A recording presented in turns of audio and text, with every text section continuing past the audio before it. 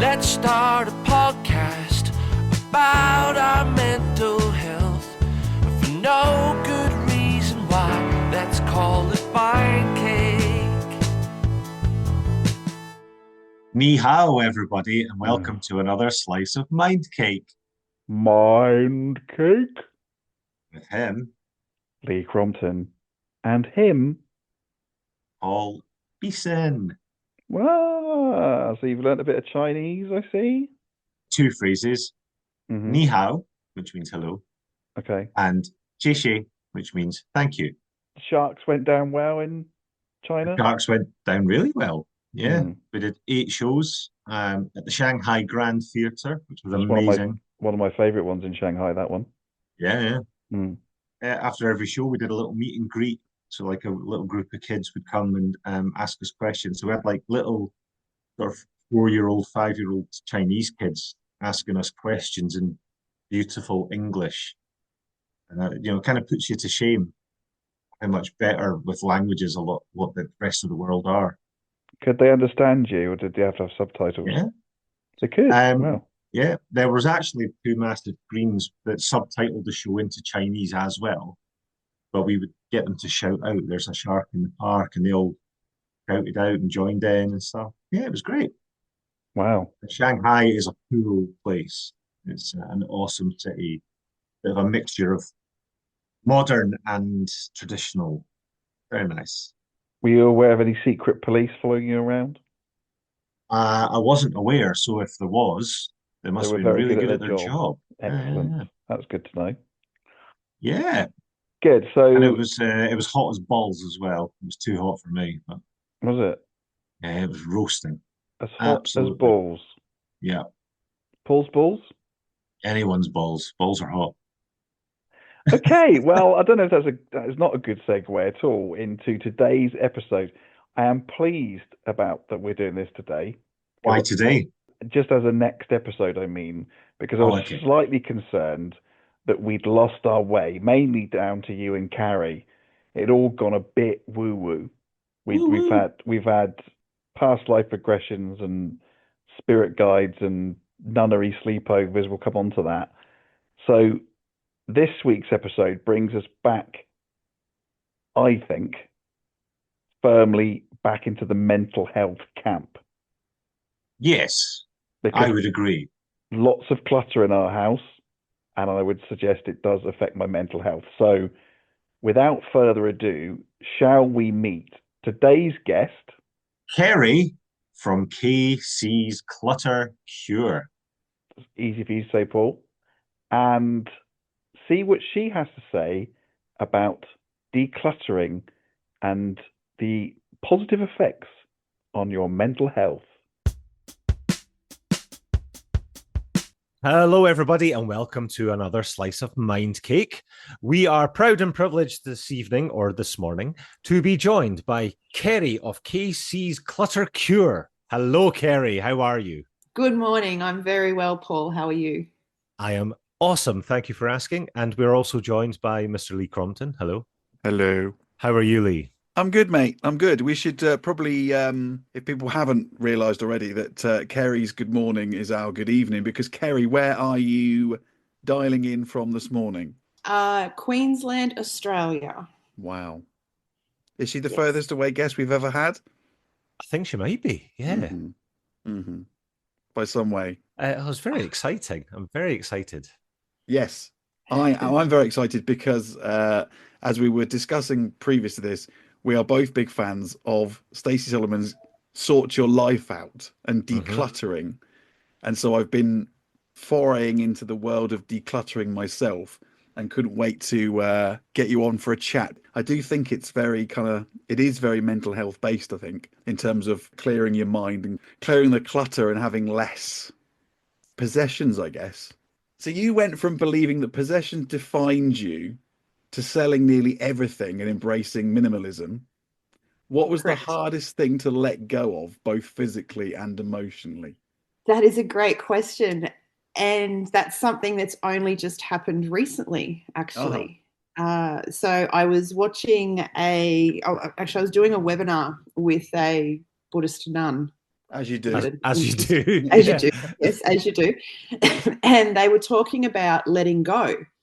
And they were talking about holding on to sentimental items, and that when we hold on to sentimental items, we're actually in some way keeping our loved one attached to this world, and that you're allowing the past to be in your home rather than focusing on the present.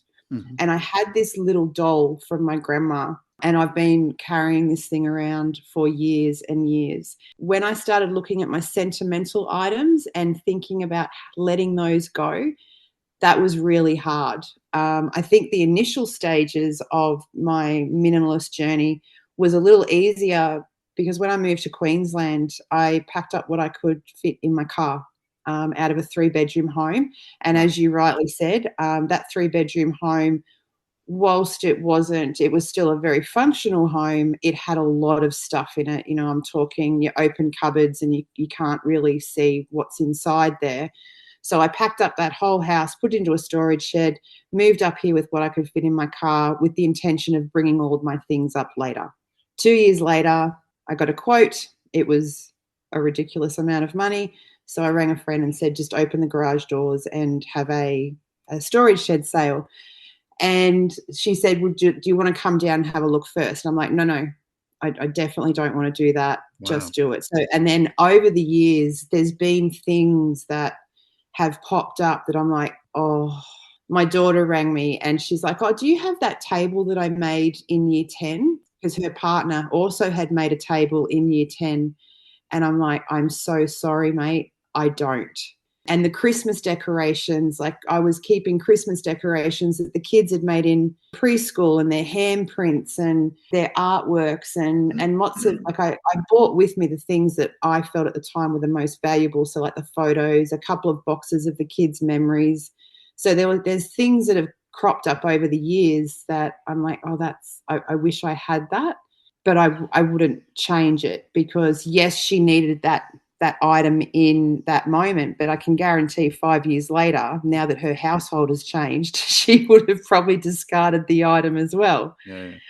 So sentimental items I found were really hard because once I considered that doll, I looked around at all the other things that I had and went, okay, we're going to try this process of spending some time with the item, remembering the person. As the nun said, you know, I'm not going to forget my grandma because her doll's not in my house. She still is very much a vivid memory as she was when the doll was in the house. Yeah, but see, this is the thing, okay?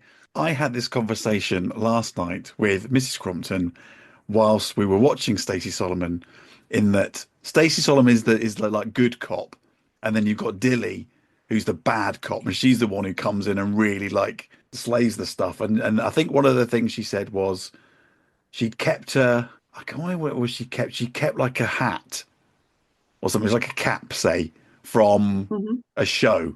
And she said, oh, but that's when I performed in Cats, the musical, and I had the cap. It was like a cat's cap. And she said, well, will you still remember performing in the Cat show if you got rid of the cap?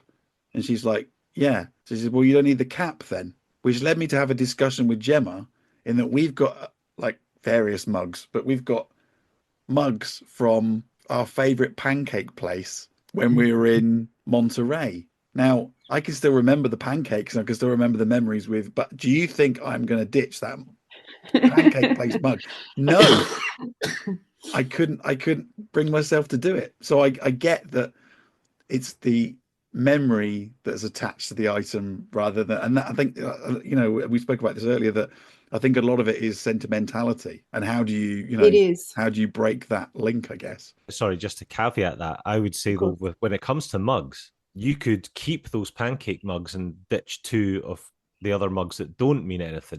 Like you could ditch another couple of mugs that don't mean as much and hang on to the sentimental ones, and you still have the same amount of mugs. Do you know what I mean? So I think that's where people get confused or concerned as well when they start thinking about decluttering, is they think they have to get rid of everything. That's absolutely not the case. So in your case, Lee, with your mugs, and Paul, well done. That's a great piece of advice.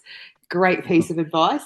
Because it's about keeping the things that that bring you joy, and having things in your home that bring you joy, that are functional, and that also don't fall out on top of your head when you open the cupboards. Tupperwares are the bane of my life. Tupperwares. Well, apparently Tupperware's closing down. Oh, good. Yeah. I'm pleased about that. Mrs. Sorry if any of our Copton may listeners not work think for that. Tupperware and have been made redundant. And that's just hearsay. So yeah, don't Okay. hope that it may be just in Australia. Mm-hmm. Yeah, we'll create a worldwide epidemic with people going rioting on Tupperware. You heard it here first, folks. It's definitely not about throwing everything out, and people have very different clutter tolerances. So for me, I have quite a low clutter tolerance, but certainly not to the extreme of, there's a gentleman over in Europe and he owns 112 things in entirety. Wow. And it takes him 13 minutes to pack up a house, and he fits it on one of those little push trolleys. And the majority of his items are actually his photography equipment. So he includes memory cards, he includes chargers, and he's got 112 items. Wow. So his clutter tolerance is extremely low. The woman on Stacey Solomon last night had 90 odd socks. 90. Well, she might find the partners at some stage. He's only got 112 things. She had 96 odd socks. Anyway, sorry, I interrupted. Carry on, Kerri. And so by understanding your clutter tolerance, because some people, if you put them in a minimalist environment, that would actually cause them stress and anxiety. So once you understand where your tolerance level sits, then you can start making decisions about the things that are around you. Mm-hmm. I think that's one of the really important first steps when I work with a client, is get them to go through a self-assessment to understand what level of tolerance works for you. I was going to say, have you seen the film Heat? No. Well, hopefully Paul has. I would say Robert De Niro has a very low tolerance in that film. Because what's the famous line from that film? Don't have anything that you can't turn your back on in 30 seconds and be gone. Pack up your thing, pack up your trolley with 112 things, and you can get out of there. Off you go. Off you go. And you can have different clutter tolerances in different areas of your living spaces too. You might you might have a lower clutter tolerance in your house, but in your workshop, if you have a workshop or an art studio or whatever it might be, your hobby area, your clutter tolerance might be higher because you're going to need more things in that space. If you love to cook, you might have a higher level of items in your kitchen. So it's really about understanding what brings you joy, what brings functionality to your life without it having a negative impact. And clutter is not just physical either. So something that I wanted to make sure that my business looked at was digital clutter, emotional clutter, financial clutter, time clutter. All of these things weigh heavily on our minds, and a lot of the time it can be some very simple changes. You would probably understand, Leanne and Paul, I'm not sure if you have children, but I can imagine your schedule would get crazy at some points in time, and we never take a moment to step back and go, okay, let's have a look at this schedule and see if we can refine it a little bit. We just find ourselves in this constant wheel of trying to chase our tail and get everything done. Say that my tolerance for hair product clutter is far lower than Paul's. I just can't tolerate it, Kerri. I won't have it in my life. Would you say that there was a single moment of realization where you think, I need to change my relationship with stuff? Definitely. Did it happen overnight, or is it something that's kind of? No, it's been quite a journey. So as I think we spoke briefly just a moment ago, that I thought my stuff defined me as a person. Mm-hmm. So I've had the good fortune, I guess is a way to put it, of experiencing many challenges across my life.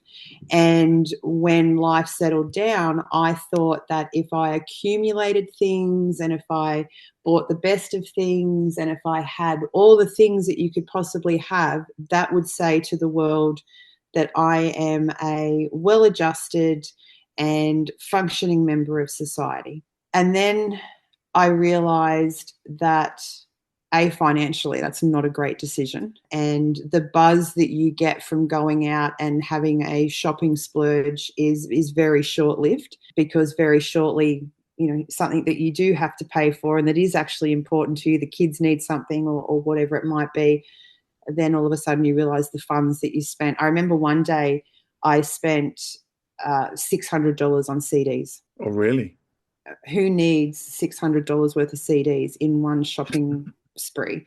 They had a deal at I think it was Harvey Norman, that if you spent a certain amount, you got a gift card or something. I went there to replace my microwave because the microwave was $600 away from a $200 gift card. And we happened to look at the CDs, and I had my daughter with me, and we picked out a couple of CDs. And the next thing I know, I've got $600 worth of CDs in my basket. I walked away with my $200 gift card, and in the moment, that the logic of that didn't even register on my radar. Like, you're spending $600 to get a $200 gift voucher. You'd already spent $600 on the mic, so you spent $1,200 to get a $200. Well, $1,000. Wow. Mm-hmm. $1,000 to get so every 500 they would give you a $100 gift card. Did the CDs make it into the car? They did, and then I got home and spent probably about half an hour enjoying going through and remembering what it was that I bought, and then spent the next however long trying to figure out where were these CDs actually going to live. But so I meant in the car when you drove, when you just packed up all your possessions in a car. Did those CDs make it into the car? They actually did. They did. Wow. How big is your car? So I had a Holden Commodore at the time, and the CDs were in a suitcase. So, like your large suitcase that you take on overseas trips if you're going away for a month or whatever. So they were all in there, and I carried those CDs around for quite a few years, and they lived underneath my bed. I never actually used them because, well, we live in a world of Spotify and, music that's on our phone. So I didn't even own a CD player, and yet I still hung on to these CDs. And then I was looking at, I purchased a property, and I was looking to move, and I dragged the CDs out, and there was a beautiful layer of dust across the top of the suitcase. And I opened these things, and I really struggled to give them away because I thought, so CDs and books were really hard, along with the sentimental items. But CD, because I always imagined having a house where I'd have a floor-to-ceiling library with, big velvet curtains and a ladder that I could scoot across all of the books. And books take up a lot of space. And how often are you rereading any of these books? So I eventually did give the CDs away to a friend who looked after Airbnbs. She took the CDs and then just distributed them into the Airbnbs so that people on holidays could be exposed to maybe some different music that they hadn't listened to before. That's cool. Or yeah. So that I thought that, and the same with the books. I found a home for a lot of the books through either women's shelters or Airbnbs, somewhere where they could go and somebody else could treasure them. I have a question for Paul. When you said you can sometimes walk into people's houses and be judgmental about the clutter. I want you, based on the chat that we've had so far with Kerri, what do you think is the main music genre that Kerri spent $600 worth on of CDs? What's her music genre of choice, Paul? Because he's a muso, you see, he likes all this stuff. So purely judgmental, what do you think? What are you going for? Because I've got this image. Now, I'm not saying that heavy rock would be my guess, but if you're going to give these, CDs to Airbnb, there's these people in Australia in Airbnbs with like Iron Maiden CDs and Def Leppard. That's giving you a bit of time to think. Go for it, and then we'll see if you're right. I'm going to say a mixture of 90s indie and pop. Wow. Was I closer with Kiss and Black Sabbath? You were kind of both close. I have a really eclectic taste in music, so it kind of goes from Beethoven to Metallica. Nice. And everything in between. So it's probably easier. Like I love rhythm and blues. I love country. I love some heavy metal. I love the classics like the 80s and 90s, 70s, and a little bit of pop from the 2000s. And so yeah, I had quite a. When you're choosing $600 worth of CDs, you can't stick to one genre. Yeah, you need a broad range if you're going to spend that much money. Okay, absolutely. So a point each, Kerri. Would that be fair? Yeah, I think so. So. Even Stevens. Steven. Yeah, even Stevens. Not shaken, Stephen. No, I have a question about, I guess, how you approach your work with a client. So you've already kind of touched on the fact that you do a sort of a assessment with your clients to kind of, obviously every client that you're going to work with is going to have a different experience. But Absolutely. Is there any way to tell us about a typical approach that you would have with a client, or is it so different for every client that you can't quantify it in that sort of way? No, I think you can. In the very first instance, I will either go to their house and meet them, or generally I like to take them out for a coffee so that it's a very non-confronting and neutral ground, because remembering that these people are probably living with quite deep shame and embarrassment and anxiety and fear and uncertainty around what's going to happen.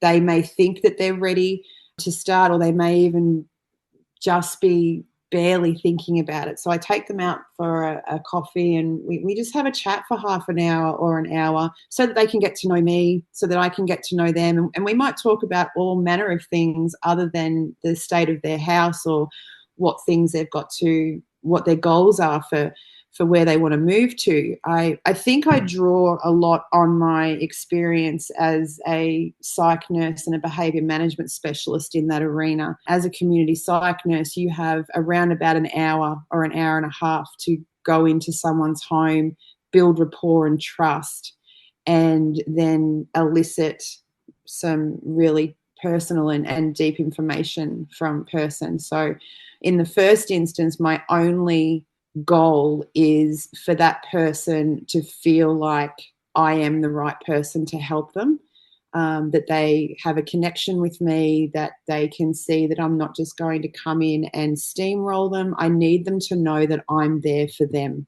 And the best way that I've found to do that is just spend a bit of time talking about whatever, and then slowly bringing in some questions, some gentle questioning around why they're meeting with me, where are they at, how is things going. So it's a bit of a slow burn at the start. I was going to say, because I think stereotypically you could say that people who are hoarders or untidy are, in inverted commas, lazy. But I think, I think that is a misconception, because I think that clutter can be a sign of something much deeper, whether that's trauma, whether that's anxiety, or whatever it is. I mean, it was interesting what you said earlier, that a lot of instances where you go into places and they've got a lot of cleaning products. I remember we moved into a house, first house I moved into in Scotland, and it was a mess.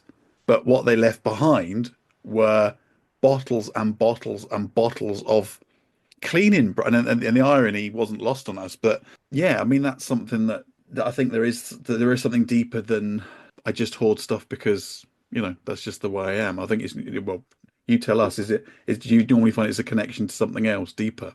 Oh, definitely. It's very rare, and you're right, Lee, that it is a misconception that people that hoard they're lazy, they don't care, they're just messy people. Generally, you'll find that it's linked to something much deeper than that, whether it be similar to me and I thought it defined me as a person. It's only been recognised as a mental disorder since the early 90s, actually. And it sits on the spectrum of compulsive disorders. I mean, in the research world, it's still very early days, and there's still not a lot of people that are specialists in the field. But when you start looking at the figures of what the impact of hoarding is, in the UK, we're talking about 2 to 5% of the population. It's very similar numbers in Australia. Mm-hmm. So under the age of 50, we're talking 1 in 40 people. And over the age of 50, we're talking 1 in 20. Wow. That is a significant problem. And I think since COVID, when we hear hoarders, we think of this home that is just filled floor to ceiling, and there's probably some squalor and there's rubbish. But now that we've got the emergence of Temu, Amazon, Alibaba, we went through, and particularly in the UK, like you guys were locked down for a very long time. Mm-hmm. And there was a lady that the only interaction that she had with the world, because she had agoraphobia, so she was unable to go outside, and so she would shop from her bed. So she had the interaction with the internet, and then when the postman came to deliver, she would have that very short interaction as well. So it's very much linked to a deeper emotional or mental health connection, rather than just somebody choosing to be lazy. It's an interesting thing that as well, in the kind of age we live in. Like you say, it's so easy to buy stuff online, but we also live in an age, a sort of fast fashion kind of age, where you've got like you say, Temu and Shein, and even on the high street, things like Primark, and these shops where everything is so cheap that you can just go out and buy, like, t-shirts are £2, so you can buy 5 t-shirts for a tenner. Mm-hmm. Yes. And then a couple of weeks later, when they've inevitably shrunk or got ripped because the quality is so poor, you go, well, it was only a tenner, I'll go out and do that again. But then you suddenly got 10 t-shirts in your wardrobe, and then a couple of months later you do the same, and then you've got 20 t-shirts in your wardrobe. And we live in an age where stuff's so cheap that you can just buy and buy and buy, but you're not buying something to replace something else, you're just adding to what you already have. Exactly. There doesn't seem to be an end in sight, and maybe it's because some things are so cheap and easy to get a hold of now.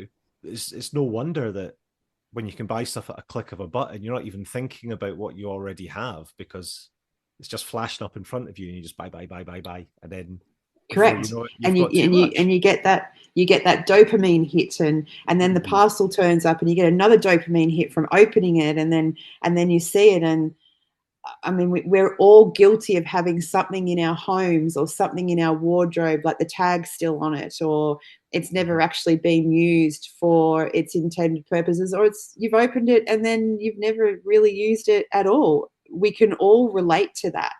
And now add to that equation, if that shopping or that buzz is something that fulfills a need that's missing in your life.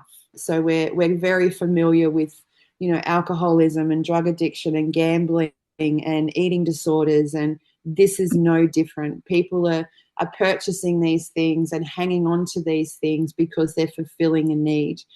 A lot of the time with hoarders, they're actually trying to avoid waste. They're trying to make sure that every item is utilized in some way, and they'll hang on to things even if there's no visible reason as to why. So a dirty teddy bear that's got an ear missing. Well, a child might want that in the future without being able to really see and recognize the logic of a child's not going to want a dirty, damaged teddy bear.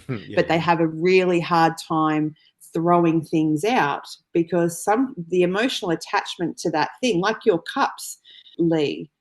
But it's got don't throw me under the bus. I just happened to mention one mug that as well as my mind cake mug. If you're just tuning in, folks, Lee hoards mugs. You heard it here first.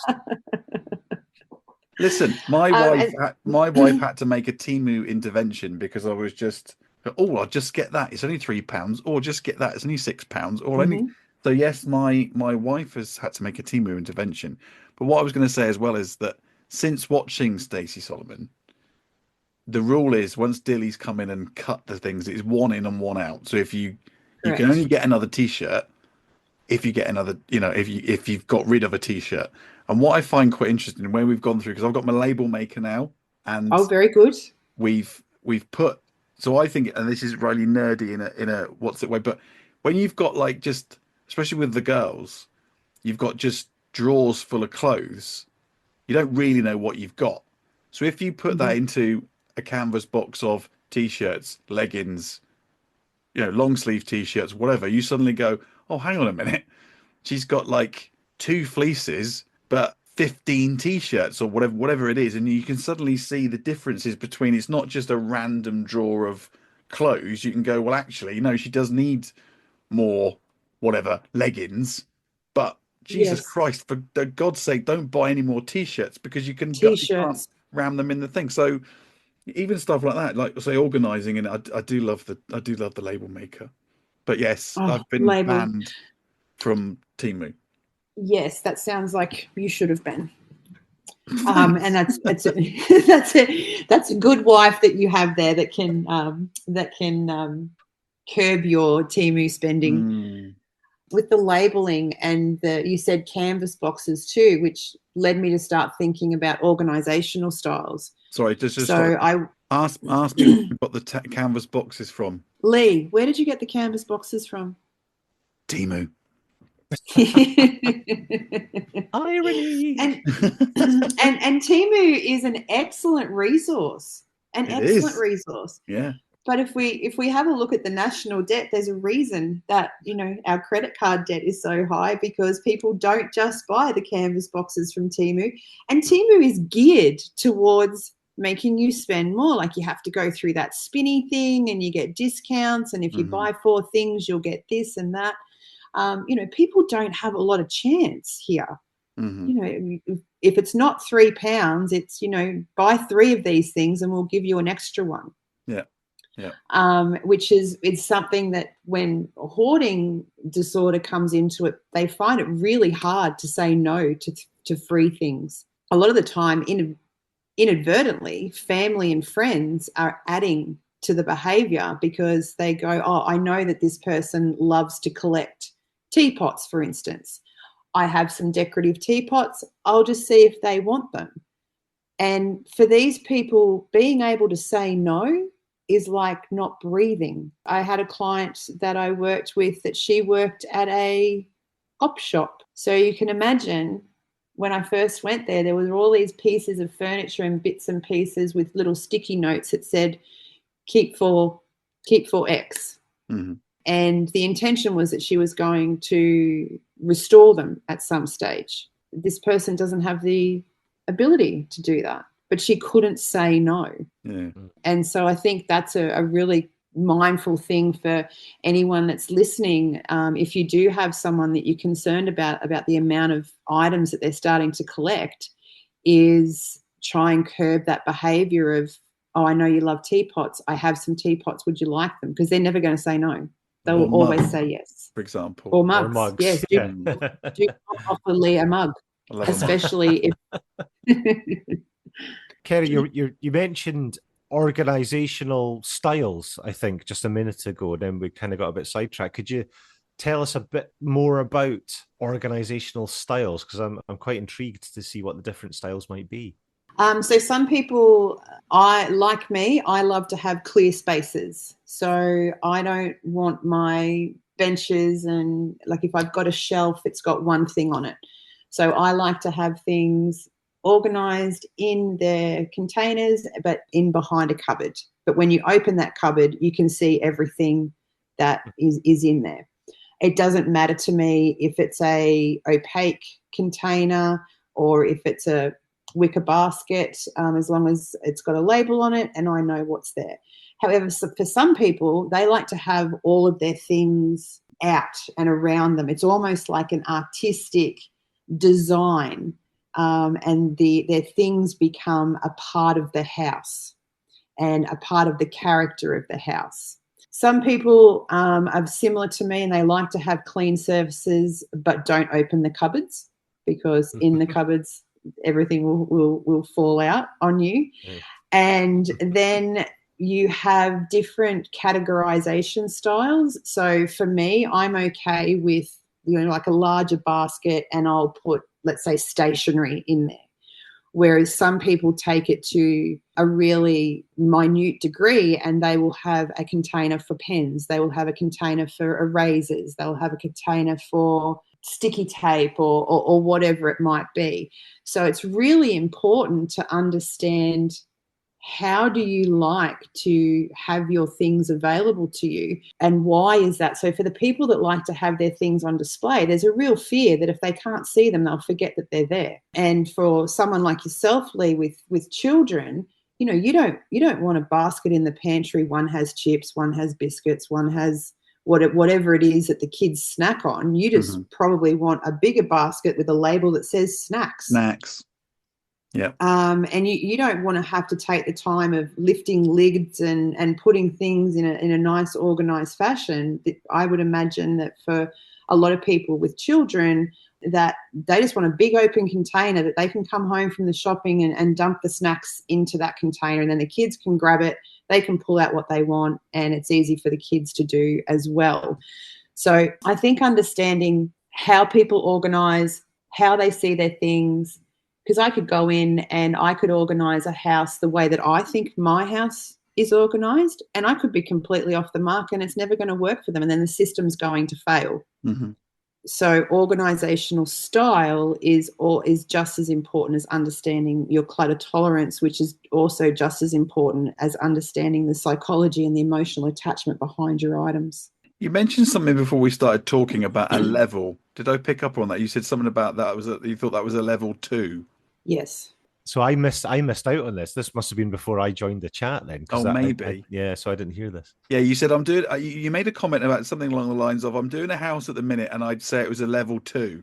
And we didn't get into what a level 2 was or how many levels there are, whether it's Kerri's scale or whether it's a wider known scale. So yeah, maybe talk a bit about that. So I think it's very much a Kerri scale. There are other professionals that work with hoarders that will talk about levels, and it's really just to give a gauge of how bad the situation is. So for me, a level 2 is I can open the front door, I can make my way through the house, but with very, very narrow walkways. There wouldn't be any of the rooms wouldn't be functional for the purpose that they're intended. There would be little nest spots, I guess. So there might be a spot in the lounge room that you could see that someone could be using that area as a sitting area. Now, to understand what I would consider a level 1, that's where you're not getting through the front door. You're having to either come through a window, you're actually crawling over items to get to wherever you need to be. So you're doing houses where you're having to climb into the windows to get in? Yeah, I did, yes. Jeez. Wow. Yeah, there was no other option. Was that part? I didn't realise you'd done Paul's house. It was this window. Yeah, it looks beautiful. Yeah, look how beautiful it looks now. Just one guitar. I've got nothing. It's really quite heartbreaking to see some of these homes, to then talk to the people, and once you've built that rapport, and I'm so sorry, can you hear the kookaburras? I can. Is that what that is? I'm really sorry. I'll just shut the window. No, it's fine. I thought Paul was doing some like strange gurgling thing. No, it's the kookaburras. Of course it is. Welcome to Australia. There's another first. You heard it here first. Our first kookaburra we've had on Mind Cake.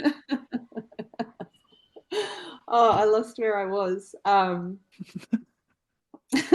levels 2s and 1s and levels 2s and 1s. And so in speaking to the people, once you get to the point where they're opening up to you, like the frustration and the shame and the embarrassment of their situation, that's what the cleaning products are about. The intention is there. They know on a deeper level that this is not okay for them. Storage items are usually another big one that I find. You'll find dozens and dozens of storage boxes or containers or labelers, or because the intention's there, but it just becomes so big and so overwhelming, they don't even know where to start. A level 3 house would be, you could basically use the house as it's intended, but all the surfaces are covered. The floor would have some stuff on it, but you can kind of navigate the household easily down to kind of level 3 then, really. Just can't move for mugs. Mugs, just kicking them out of the road. Just mugs everywhere. Lee has a mug room. Do you know? Have you ever? My goodness. You don't watch. I think it was before you turned up, Paul, that you don't watch much telly, Kerri. No. What about films? Have you seen Harry Potter? Which is the Harry Potter film where as soon as they touch like a cup, it like multiplies into. Oh yes, that's like that's like, in that room, in the room when they're looking for they're looking for whatever the thing is. Something. Yeah. Well, that's like looking my for a Horcrux or something, aren't they? Yeah, they're always looking for Correct. Horcruxes. Yeah. That was based. That's your mug room. J.K. Rowling based that on my mug room. Just loads of pancake-based mugs. Yeah.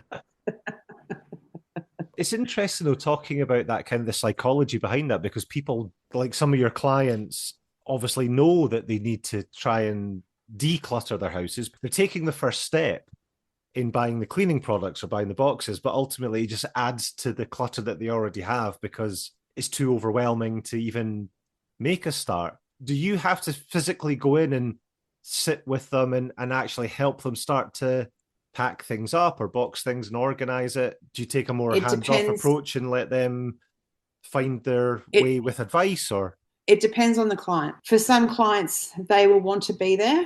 For others, they don't want to be there. Some will want to have no involvement at all. I have a client that I'm working with that I'm doing all of the hands-on work, and I just send photos of things that I'm not too sure of, or I'll group things together and send them a photo and say, okay, tell me what you would like me to keep out of this.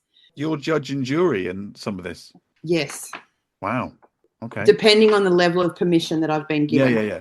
So you'd be quite surprised that you'll walk into a home that's got things from floor to ceiling, but I can nearly guarantee you that person, because hoarding kind of goes in layers as well.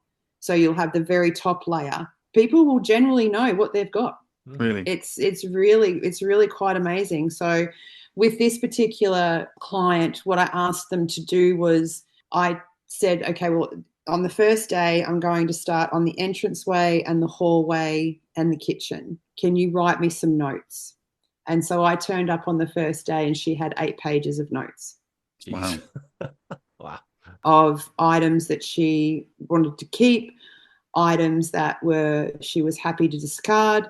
And so I work off the notes, and then I got anything that I come across that I go, I'm not too sure, I'm not comfortable to make a decision on that, I will then just take a photo and send that across. For people that want to be there with me, you have to be really mindful of decision fatigue. So the human brain is only capable of making decisions for a period of time. And remembering also that whilst these people are making these decisions, they may be experiencing levels of anxiety, distress, sadness, anger that they didn't expect. So you can be as ready as you like. So Paul, I'm looking at your bookshelf, and you might call me and say, okay, that bookshelf has to go. And then when I come in, and you might think that you are absolutely ready, the whole lot can go. And then I come in and we start going through it. And like what Lee was saying about his pancake mugs, all of a sudden an emotion will come up for you. And you'll go, oh, no, hang on, I can't get rid of that book. That came from when I was backpacking in Canada or whatever it is. And that'll be something that will come out of left field and it will surprise you. So I think it's very much client-based. I have had clients where they've started with me and then they've gone, I can't do this. I'm going to go away for the day, or I'll just step outside, or we have to take a break. And then I have others that are really proactive and they're just grabbing more stuff than what I am, and they're just getting rid of it. A lot of the time you'll find that hoarding involves a lot of rubbish. I had a client who wanted to recycle cans, kept all the cans in their boxes in the house, and they never actually made it downstairs. So rubbish as in actual rubbish rather than like actual rubbish. Right Said Fred CDs, that sort of, not that. Correct. Okay. Actual rubbish. So it might be bottles, it might be bags of magazines or boxes that come from the medication. This is where that not wanting to be wasteful comes in. They try and avoid waste. They see themselves as quite environmentally friendly because I'm going to recycle these things, but the things never actually get recycled. My wife does that with contact lenses. The plastic thing that you get them out of. She never throws them away. It does my nut in. And she never throws them away. And we opened up a drawer and she's like kept a bag and just adding and adding. Well, I'm going to recycle them. There's like probably 2 years worth of those, the plastic things. My partner wears them as well. So when we get a bag full, we take them to whichever optician it is, and they take them and recycle them. Well, you never got round to doing the recycling bit. All right. Yeah, and so the intention is there. The good intention is there, and that's a bit of a double-sided coin as well, because by the time that someone like me comes in, and if we're talking, tons and tons of things that we're now putting into landfill, it's the opposite side of the coin of being environmentally friendly. Mm-hmm. Batteries is another one. We've got boxes of batteries that we've kept that have never been to the shop to recycle them. Yeah, I can see in your future, Lee, a lot of recycling trips for the batteries and for the little contact lens covers. Yeah. You won't be able to help yourself. No. What's pleasing now is that a lot of shops and supermarkets do have better recycling facilities. So you can recycle old plastic bags. If you go to like a B&Q, which is like a hardware store here, you can recycle small electrical goods and batteries and things like that. So if you've got a charger that doesn't work, you can just nip to your local shop and dispose of them safely and, whatever. So from a recycling point of view, societies are kind of getting better at giving you options to get rid of some of this stuff. But it doesn't mean that people will take advantage of that, though. Hence, you could just store them in your house exactly, and look at them. Yeah. And then you have the issue on the other side of that supply chain. So if we all became, because as I think it was you, Paul, that said we live in such a throwaway society. Once upon a time, if an appliance broke, you'd get it fixed. Now, if an appliance breaks, you throw it out or you recycle it, and you go and buy a new one. So if everyone in the world was experts in recycling, then what do we do with all that recycled product? So it starts to create an issue at the other end of the supply chain. So I was driving home the other day and I saw a billboard, and it said, it was from a bank saying they've got a special interest rate or something for people wanting to upsize their homes, buy a bigger house. And I'm thinking, buy a bigger house, get rid of a lot of your stuff, and then we can buy a smaller house and your mortgage won't be as big and your footprint won't be as big. But it's always about more. We live in a world now where once upon a time it used to be really quite unusual for someone to have a storage shed. Now lots of people have got storage sheds because their stuff can't fit in their homes. So now they've got storage sheds. And not just one storage shed. Lots of people have got 2, 3 storage sheds. So we live in this world that is very much around accumulation, but I also think people are starting to feel the impact and the weight of all of that accumulation, which is probably one of the most common responses that I get after I've worked with a client is how much lighter they feel. Yeah, whether that's emotional or whatever, chuck clothes out or chucks cutlery out or whatever it might be, there is a certain kind of release or relief of that, because you're like, well, if I've got, bad example, but if I've got 12 plates, I'm probably going to use all those 12 plates, which are going to be then out on the work surfaces dirty, before I have to clean those plates, or whether it's t-shirts. If I've got 20 t-shirts, I'll go through all those t-shirts, which will then be on the floor, on the bed, whatever. If you haven't put them away, you're recycling, your cycle of whether that be dirty clothes, dirty dishes, whatever. If you've only got 4, then at the end of the day, you put them in the dishwasher because you're going to need them for the next day. So don't put your t-shirts in the dishwasher. That's a recipe for disaster. Stick them in the dishwasher. Get them all done in one. But no, if you've got less to, I suppose it's almost like asset management. If you've got less to organize and less assets to control, if you like, then again, mentally and time-wise, because we're all time poor, it makes life easier just having less shit. And I would also go a step further and say you probably take better care of your possessions if you have less of them, because they become more precious, and that's right. Then they last longer, and they're more, as you've got a more sustainable kind of way of life as well.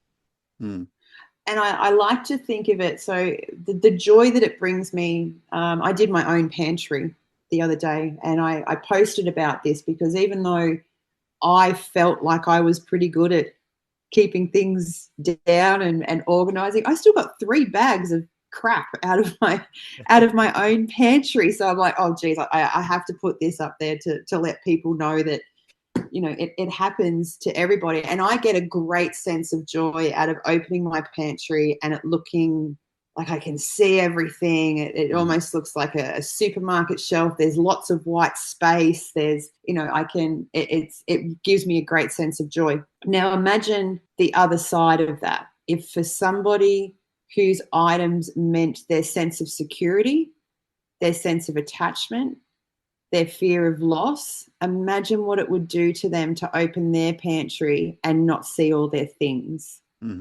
So it's as equal as my sense of joy would be their sense of loss and fear and anxiety. I think we often tend to forget that this is very deep-seated for people.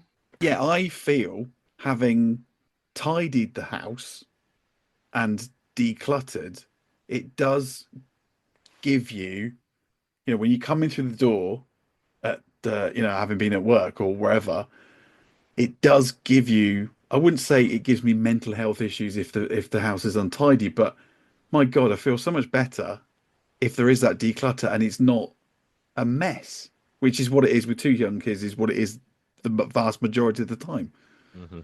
Well, I've believed for a very long time that your inside world matches your outside world. If you're living in disarray, disorganization, and just crap everywhere, that has an impact. A lot of the time when I show people, if they haven't seen their house yet, I had an experience the other day where I tidied up the bedroom and then kind of made the bed, got the daughter came in and new sheets, and we put the lamp on and took a photo and took the photo to the client, and they started crying and said, it looks like a home. These people, even though we just said that it creates the same level of anxiety when they don't see their things, once they've been through the journey and been through the process, and this doesn't stop, the process doesn't stop just once you've cleaned the house either, then they need to have some, depending client to client, obviously some ongoing support to make sure that they don't get back to that. But this is life-changing things for people. Like you've walked through your house and it's now decluttered and tidy, and you're like, oh, this is amazing. Like I feel great in here. It's now keeping on top of it is the issue. Correct. So have you got any tips? Is that something that you give like sort of almost like an aftercare service? Have you got any tips or anything that you think particularly works? I think the 5-10 minute run around at night before going to bed.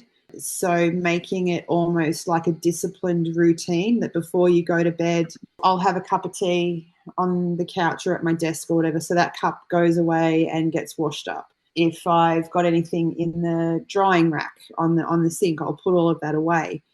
So spending 5 or 10 minutes just going around and tidying up. So in the morning, when you wake up, you've walked out to a already tidied home you're almost getting that dopamine hit from your past self. And you're like, hey, Lee, great work. Like, the house looks awesome. Thanks for spending that 5 or 10 minutes. Yeah. And that just sets you on a really nice path for the day and reduces the ability for clutter to accumulate. Because if you're spending 5 or 10 minutes at the end of each day, then you don't have to spend an hour or two on the weekend or a whole weekend then tidying things up. I really like the 1 in, 1 out rule is great. Everything needs to have a home. So if you're going to purchase something, you already need to know where you're going to store that item. The 20-20 rule, if it's less than 20 minutes and less than $20 to replace, then it can go, unless it's something that, you know, is really quite significant and functional in your life. I have a 6-month rule that if I haven't used something in 6 months, I'll sit down and have a really good consideration of whether I need that item. But people tend to find that keeping on top of things, like what you just said, is the hardest. So that 5 to 10 minutes of just going around each night and removing whatever it is that's lost its place throughout the day and putting that away will make the world of difference. And paper is one of the largest things that create clutter in our homes. I don't know if you guys get catalogs and mail, and like, it's probably not as bad anymore because we don't get as much physical mail. And then the next day we get some more, and I'll get to that, and I'll get to that. And all of a sudden you've got a pile this high that then becomes daunting and time consuming to go through. So if we make our worlds easier on ourselves, it doesn't give it the opportunity to get to a point where we're having to. Yeah, I think you dropped out a little bit there, but yeah, like you say, making that time. We had a thing where, like I said, I don't think it even needs to be half an hour, but we had the power half hour where we just go and blitz stuff, and it just makes such a difference because having the discipline to do it when you're at the end of the day, you've come back, made the dinner, got the kids down, and then think, oh. So, but I think 10 minutes is, like you say, is manageable. I think so. And if you put it into perspective, that 10 minutes a night, you know, if you don't do anything, I mean, that's 70 minutes a week, or you know, whatever. So if you get to the end of the week, oh God, I've got to spend an hour and a half tidying up. But if you actually think, well, if I did it in 5 or 10 minute increments every day, you wouldn't have that. You did that off the top of your head as well. His maths is awful, and he worked out that 10 minutes a day for a week is 70 minutes. I applaud you, sir. Well, I can do maths. Well done. You know, if you add a 0 onto something, I can do that. That's Very the kind good. of maths I like. Yeah. And it's okay. It's okay to miss a day, just never miss 2. Okay. You get to the end of the day, and you're like, oh, I just can't. I just want to drag myself to bed. So you can miss a day, but never miss 2. Okay. What about, can I ask a question about, I would say I struggle to, I think, is it just me, or again, it might be everybody, a sort of box of cables. Now, I don't know what they are, what they're for, but I might, well, I might need that, whether it's cables, whether it's keys, whether it's, you know, we've all got that drawer with, I might need that at some stage. What have you got any advice in terms of how you get over that sort of psychological hump? Just in case clutter is a problem that many people, because we don't want to be wasteful, right? And we go, oh, you know, that box represents $50, let's say. And what if I need it in the future? When was the last time you pulled anything out of that box and used it? Are you asking me? I am asking you, yes. I think probably since we moved into the house about 15 years ago. But half the cables, I don't even know what they do, but I might need them for something. You might, but Lee, with someone with your savvy use of Temu, if you came up against a situation where you went, oh, I've just found a device that I obviously haven't used for 15 years because I haven't touched the box for 15 years. And now I need a power cord to power that device. I can probably get one for £3 off Temu. You could say the same for like mice, couldn't you? Not as in, I mean, mouses. Yeah, computer mice. Yes. Yeah. You could. I've got one with a cable. I've probably got more than one. I've probably got 3 or 4 with cables, plug-in ones, in case the ones with like the batteries don't work. So maybe got 5 of them. Exactly. And you also said that you've got a lot of batteries. Yeah, they don't work though. Yes. So my advice for the box of cables is let it go and see what happens. Because if you haven't touched it for 15 years, then you're probably not going to touch it in another 15 years. And these poor cables have been sitting around for 30 years waiting for someone to want them, and no one ever has. I'd also go as far as to say that probably a lot of the cables that you have aren't even used for stuff these days. Like SCART No, leads. not if they're 15 years old. Yeah. So there's spoke like a true minimalist who owns 2 guitars. You can Kerri see that if you go over to the one side? I did 2 see guitars. that. Yeah. Does he need both of those? Yeah, because one's a 12 string and one's a 6 string. So I know, but you can only play one at a time, though, Paul. Well, fuck you. And remember, Lee, it's not about you. When was the last time you used your guitars, Paul? Yesterday. Oh, so that's a lot sooner than 15 years. Mm-hmm. So what? I drank out of my pancake mug this morning. and I think the pancake mugs are something you should definitely hang on to. They bring you such joy. They do. Yeah. Whereas the cables, I don't think the cables are bringing it. Maybe just cull them. Can you recycle them? Take them to the dump? I don't know. What would you do with them? I mean, literally, it is a box, a big box of cables. I think, like I said earlier, like B&Q, when you go into an entrance of a B&Q store, they have different recycling things for electrical stuff. So cables would probably go into one of those things. Yeah. Or maybe even, I don't know if you have somewhere, because the cables that have copper wire and stuff in them, I would imagine. So in Australia, we can take, like if you've done renovations or whatever in your house and you've got like electrical cables or power cords, you can take them to the recyclers and they'll strip them out and get the copper wire out of them. Okay. Oh, right. Okay. That's a possibility. And for you, Paul, maybe it's a stepped process. Actually pull all of your cables out of the box and roll them up nicely and lay them out on a counter and have a look at what you have.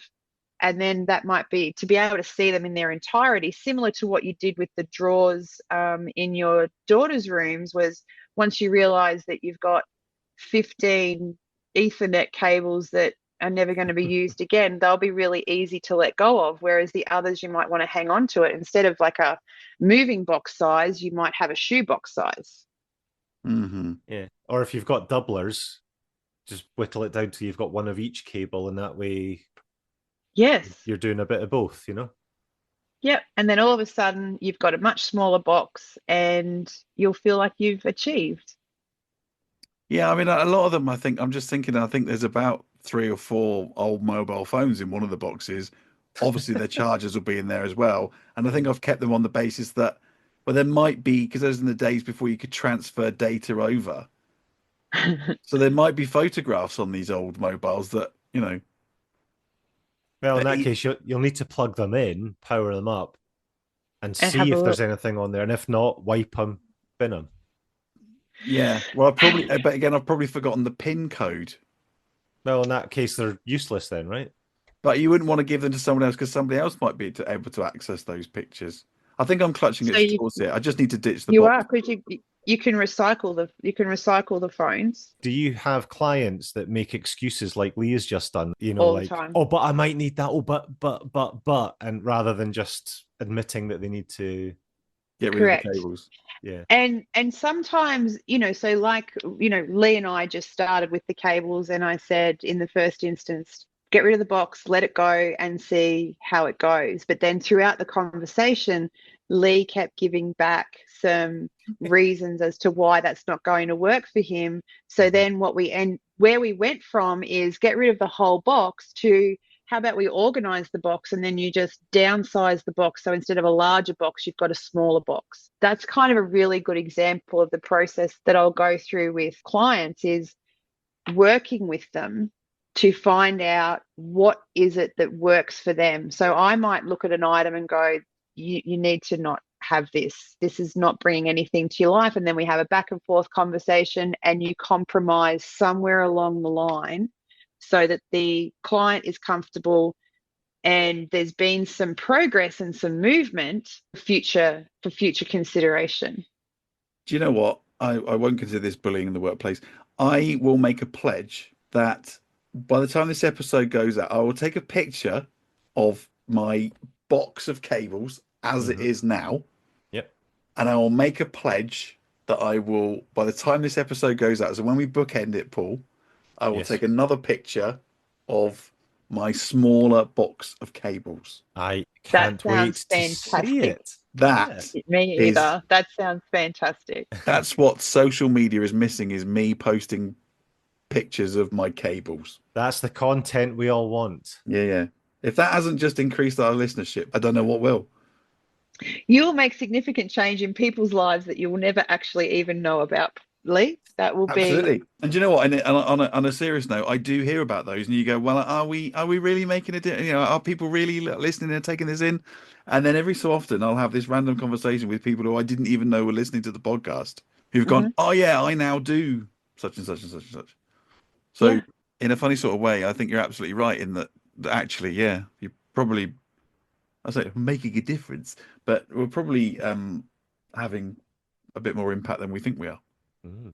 Well, absolutely. And I mean, you think about, if it's true that everybody has that box of cables and somebody hears the conversation that we've just had, and then they see your before and after photo, that might be all the inspiration that they need. Okay. And then I generally find that once you've done the cables, then all of a sudden you go, oh, actually, I really like how I felt about that. Maybe I could do something else. And then it becomes a bit of a snowball effect. Well, here's one for you, because this is closer to the danger line. Okay. Ooh, yes. Keys. We've all got a drawer with keys, and half the keys, I don't know what they do, but you might need the keys, because what if you find the thing and then Paul, yes, permission to speak? I don't. You don't have a thing of keys? No, I don't either. No. I don't want to sound like a teacher's pet, but it just so happens that my partner, Gail, is super good at organizing and getting rid of stuff that doesn't bring joy. She was an advocate of Marie Kondo. Yeah. And I'm not that person at all, but in spending my life with this person, I am now that person, because I've been slowly indoctrinated, but I think it's a good thing. But when it comes to the keys, we've each got our own set of keys. We've got a spare set, and that's it. And we know exactly what every key does. Yeah. So I'm just shaking my head, Kerri, because it doesn't matter who we have on, right? We've done nearly 50 episodes now. Paul is always the one. So we had was it myopathy woman with your facial muscles and the breathing again. Paul does it perfectly, and I did it all. It doesn't matter who we have on. Paul's always teacher's pet. I do that, Kerri. I haven't got any keys, Kerri. You got two guitars. Yeah, I've got two guitars, and I know what all my keys do. I'm living the dream. But again, in all seriousness, if I've got a thing of keys and I don't know what they do, and I haven't used them for 5-10 years, then I probably don't need them. But I suppose the danger of that is if I can't get those off Temu. No, that's true. No, you can't. But so what you could do is spend, I don't know, an hour, half a day, I don't know, is going through anything that potentially has a key that you don't currently have a key for, and see if any of those keys are useful, because the likelihood that a lock is going to randomly turn up in your life that one of those keys fit that you don't currently own is potentially quite low. Not potentially quite low, definitely quite low. Let's start with the cables. Kerri, let's start with the cables and see where that goes. Because again, if nothing else, keys at least don't take up much space. That's true. They don't. That's true. Cables. They don't take up a lot of space. They do take up a lot of space. Yes. Yeah, that could be your next mission, is the keys. Okay, well, I'll take that. I'll take that homework away with me, Kerri. Thank you for that. And if they don't work in anything, you could make a picture frame out of them or something. You could. Sorry, about the keys or the cables? Either. The keys. Yeah. or both? The keys. Take your pick, man. It's your stuff. Well, I suppose the thing is, if I made some art out of the keys, and then did find a random thing, I'll go, oh, do you know what? In the loft, I Snap it could off the randomly frame. just dismantle my artwork until I found the right key. Right key, and then Yeah. hope that it actually that's on there. And then with the cables, you could make the frame out of the keys, and then you could do some fancy artwork with the cables inside the picture frame, and then you've got, got a bit of both. You can make like a little man out of cables. I think that would look You shit. could. I mean, I'm quite artistic, Kerri, and do you know what? There was something I don't think we ever spoke about this. Since I went on holiday, I did decoupage. Did I tell you this? You told me about it. Yeah. I think it's different from decoupage. I think decoupage is where you build up like 3D things. Decoupage is just putting random bits of paper, like, and you build it up into a. Hang on a minute. Isn't decoupage is when you put stuff like that on furniture, right? Like on furniture. Yeah. You put like a layer of something and then you like seal over top of it. That's right. Yeah. That. And that's a horrifying. What is that? A penguin? It's a penguin. so it's a cardboard. Oh, that's paper mache. No. So you start with the model. So you start with the penguin, like a cardboard, and then I've covered it with. That's it. That's decoupage. Hello. What's his name? His name is Pecky. Pecky the penguin. Yeah. Oh, that's he's beautiful. He's a bit like the rabbit out of the terrifying rabbit out of Donnie Darko. Yeah, for all the listeners out there, you can't see the horrifying images that we can. Oh, it's quite special. Well done. Thank you. Done, but in all seriousness, I found that very therapeutic, very relaxing. Yeah, I found that. Yeah, it is very creepy. I'll give you that, but the actual process rather than the process outcome, rather than this, the actual thing. Yeah. So, an interesting insight into that, Lee, is that the brain is incapable of being both creative and anxious at the same time. Ah. Oh, who knew? 50 episodes and nobody's ever said that. No. That's fascinating. So you think about, if you're anxious, how creative can you be? And if you're creative, if you're in a creative moment, how anxious and nervous, it's two different sides of the brain. So you can't physically be in both those states at the same time. I'd never thought about that, but yeah, if you're being creative, you're not anxious, are you? No. You're focused on. Well, there you go.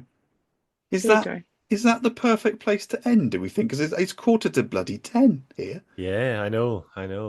I think so. Well, obviously, we'll need to let Kerri plug her business, website, Instagram, whatever. You know what? Do you know what? We have got, I think, 7% of our listeners are Aussies. Well, there you go. Well, they will be able to contact me quite easily. So people can contact me on Facebook, Instagram, or LinkedIn under KC's Clutter Cure. And very excitingly, I'm in the process of developing a bot, and on my way to developing an app.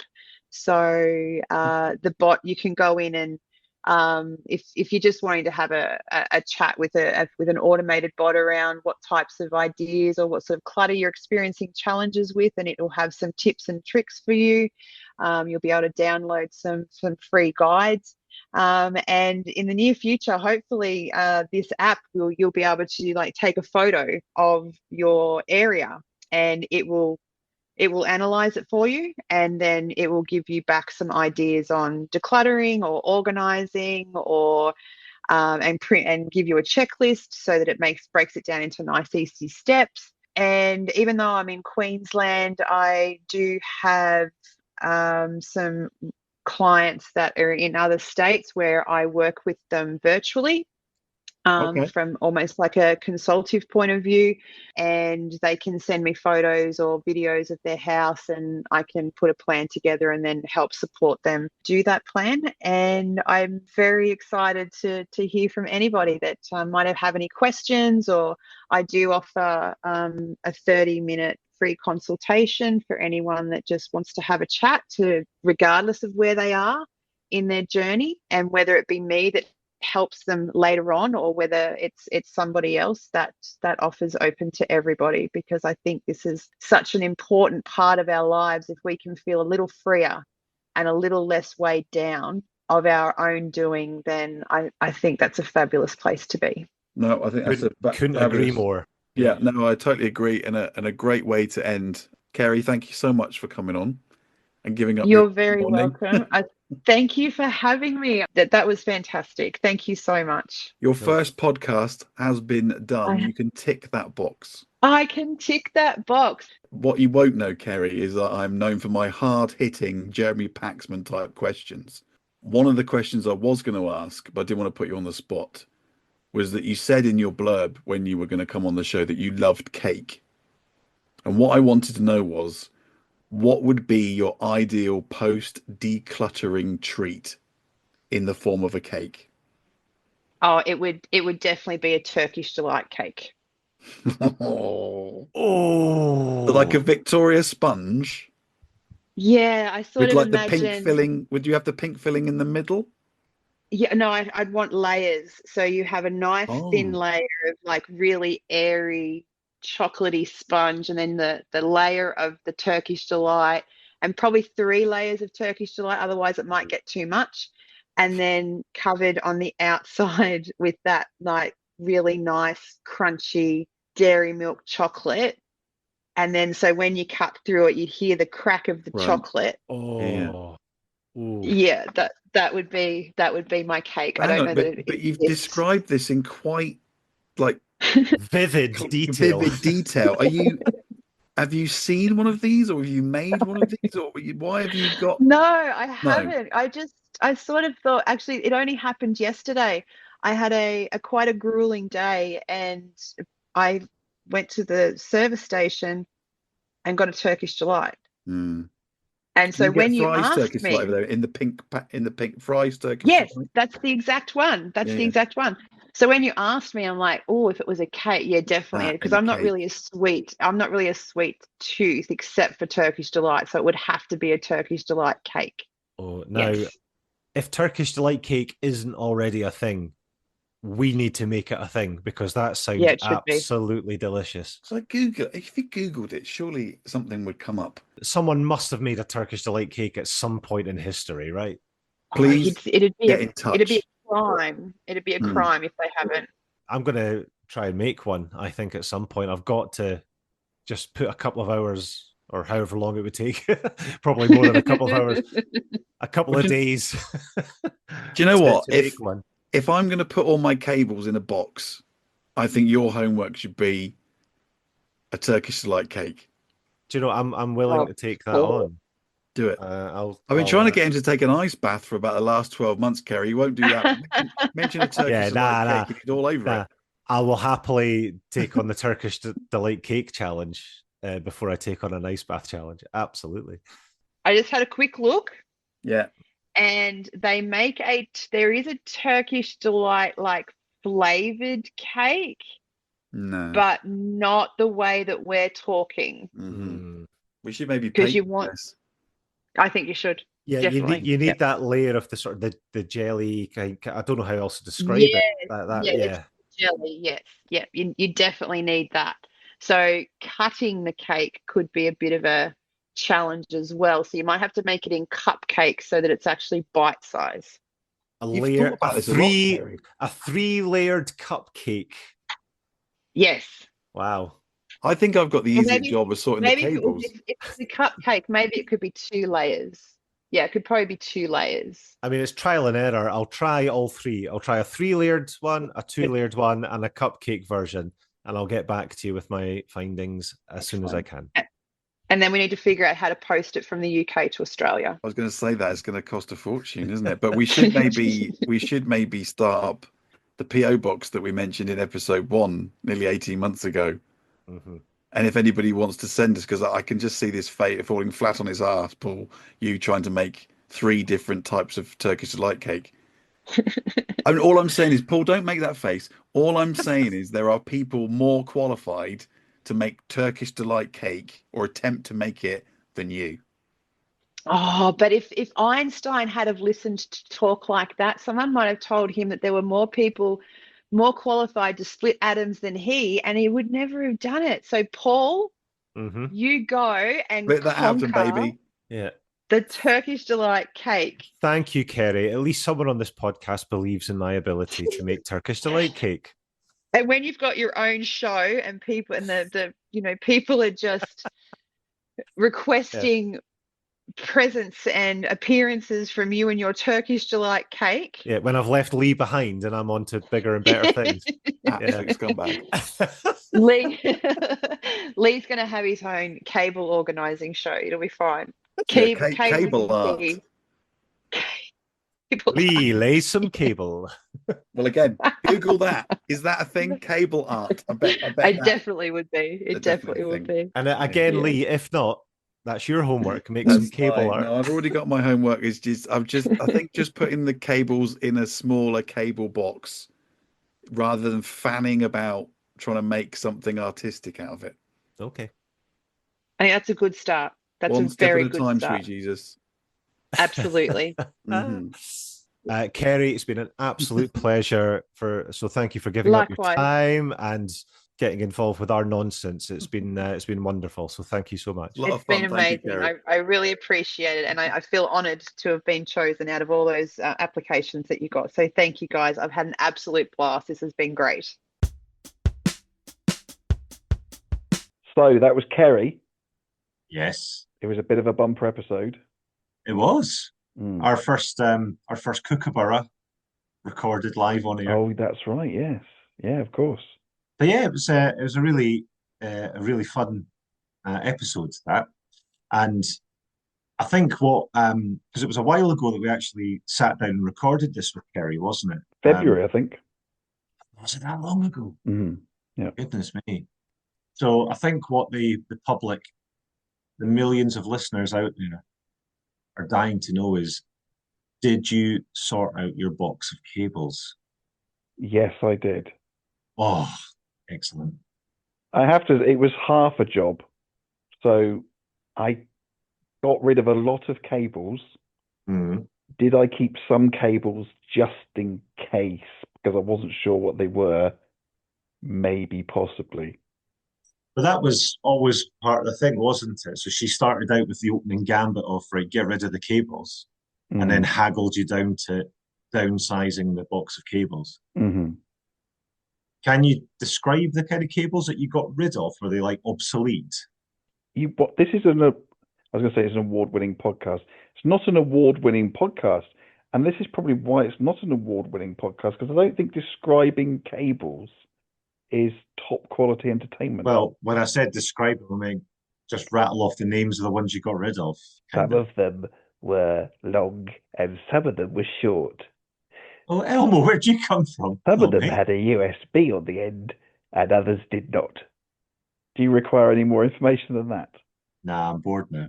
No, there was old Xbox cables. There was a lot of the old telephone cables. With the little clip pinchy on the side. Yeah. Some of them, and I think, well, I'm not going to need them for my external modem anymore. No, that's right. Yeah, so I will, just to really bore the 6 listeners, I might take a picture of my cable bag. Oh, it's not a box anymore. It's a bag. Oh, it's a proper designated. Downsized. Yes, it's a designated cable bag. Did you get it on Temu? Of course I did. Yeah. Gemma's the cycle continues. Yeah, no, Gemma's had to make another intervention. Oh dear. Yeah. But let's not go there, because we're not trying to add stuff to the melee. We're trying to declutter, aren't we, Paul? Exactly. Have you taken away anything from the conversation and put it in your day-to-day existence? Well, see, the thing is, like I mentioned in the podcast, Gail, my wonderful partner, already kind of lives that life. You know, we've got storage boxes and labeled things up the wazoo, so our whole house was kind of that way anyway. Right. But since the recording, we have had another clear out of clothes and stuff. We each got like some new clothes recently, so sort of did a one in, one out kind of thing. You've Put still some got your stuff to house coat on, charity. haven't you? I'm not getting rid of the house coat. Yeah, I've tried to level up today. Match me up. Yeah. Be a very fancy overshirt over your shining t-shirt there. Oh my, yes. When you say shining t-shirt, well, it's the Overlook Hotel. The Overlook Hotel. It's not a shiny t-shirt. It is no. It's a It's not. It won't blind you if you met me in the street. So on my to-do list is the Turkish delight cake. I've not been able to get round to making yet, but I am going to get on that. I have some free time next week, so I might set a bit of time aside next week to. Well, maybe that's how we should kick off season 5. Oh, with a taste test. Mm-hmm. A live in-person taste test. Yeah. Live from the pub. Live from the pub. A pub that lets you in with your own cake. Yeah. Okay. Well, of course, I don't know quite what's going to happen in season 5, but I know to make it go back on the woo-woo, you're quite keen to do the AI seance. Oh, yeah, I want to do the AI seance because we've already put that out there. We've got some suggestions for questions and historical figures, haven't we? So that is happening. Yeah, there's some questions we can't ask. Yeah, some of them were a bit dodgy. Well, no, not even the questions were dodgy, but the historical character was, Yeah, I don't think we want to channel those people. One person whose name appeared twice. I mean, I might just ask it just for the crack, just to see what it says. Yeah, even ChatGTP might say that's too far. You can't do that. You can't do that. That's just, And I think everybody will know who we're talking about, right? I don't know. Now then. Who could say? Anyway, which brings us on to, we need to get cousin Kerri did her nunnery sleepover. Yeah, I'm dying to hear what happened. I have seen some of the footage. Oh, have you? Yes, I have. Did she send you that privately? She did. Oh, you've not sent me anything. No. I'll forward it on if you like. Please. Why are you laughing? No, it's good. Quality stuff. Quality ghost busting. Okay, I'm looking forward to it. Yeah. So there's that to look forward to. Yeah. Do you want to tell us any more about? We've kind of done China, haven't we? You had your 30 seconds on China. Yeah. I mean, we were working quite a lot. We did get a bit of sightseeing done. Went to like an ancient water village, which was really nice. A bit like Venice, but sort of Chinese Venice, which was nice. Went to Shanghai Tower. We went up on the 87th floor of a hotel to like a very tall bar in the sky. We were quite busy doing the shows, though. A lot of our time there was spent in the theatre. So it wasn't like a holiday. It was just like, being on tour, but very far away from home. What did 4- and 5-year-old Chinese people make of an Elvis impersonator? Do you know, it never came up.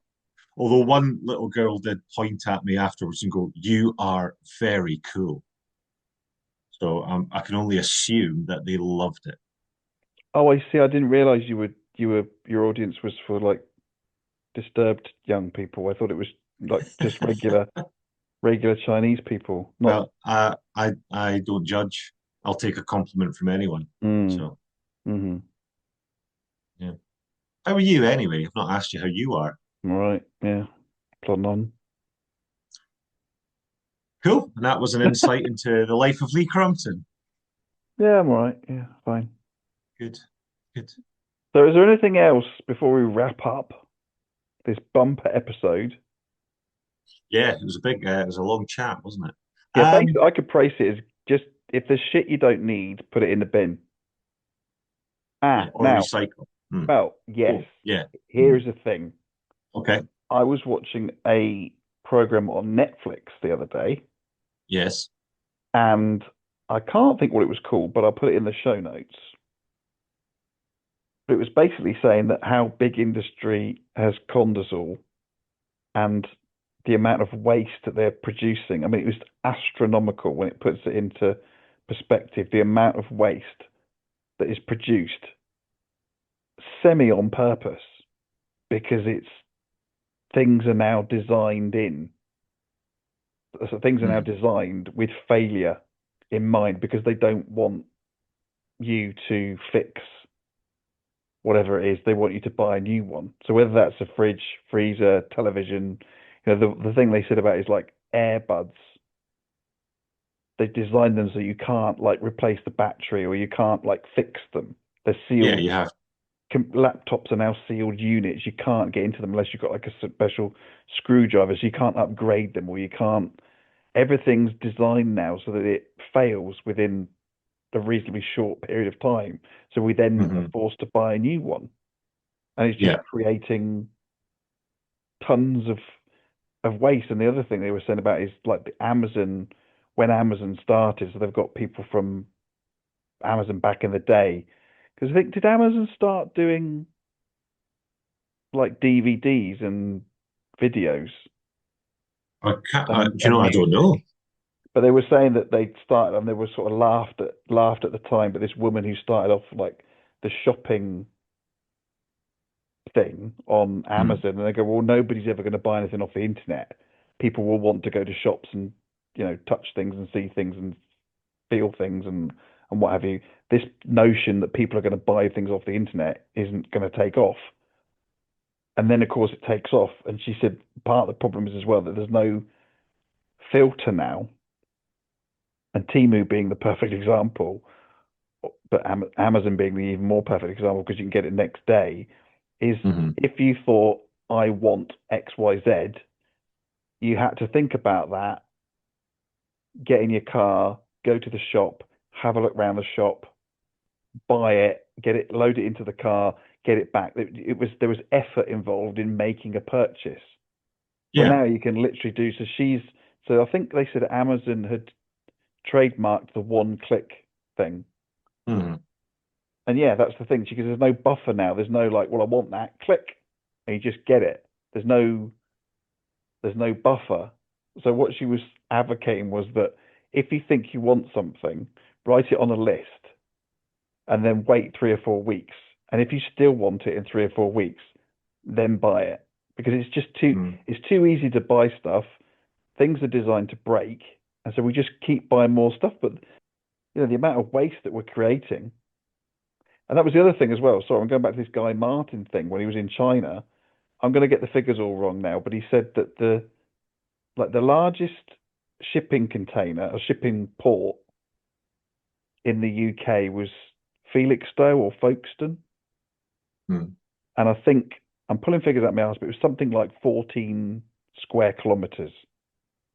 The biggest one in China is 1,400 square kilometers. It's just, you can't, if you stand at one end, you can't see the other end of the shipping. It's massive.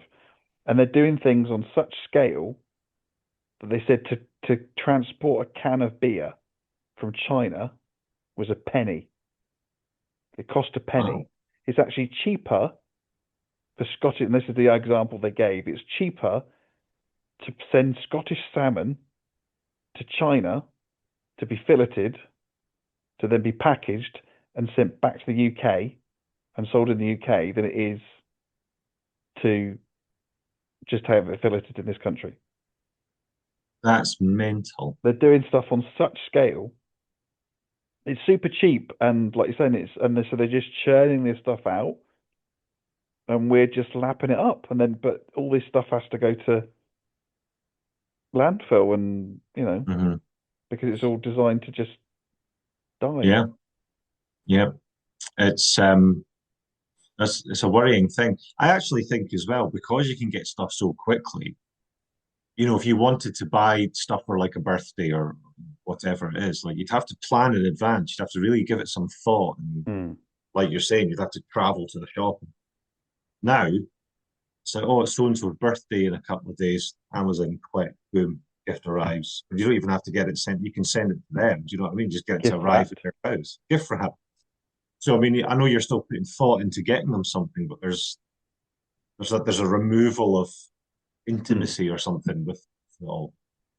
And I'm guilty of it as well, man. Do you know what I mean? I'm not trying to be all pious about it, but then when it's so convenient, it's difficult not to fall into that, isn't it?